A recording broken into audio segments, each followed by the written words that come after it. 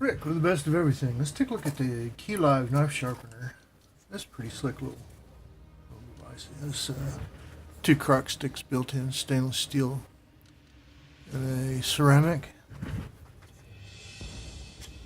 You can pull the basic part out. So that would depend on if you're left or right-handed.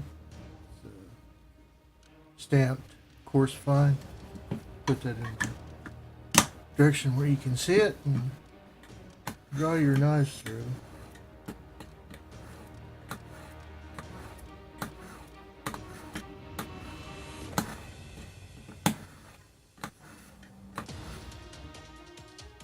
You'll be able to feel it as it hones an edge. It's lightweight. Has a soft rubbery bottom there, so it's got a good grip on the counter.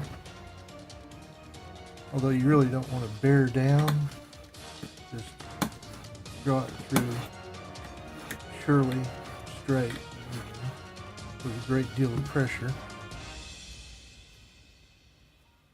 Nice little device, handy. Get one, I did, and I'm glad of it.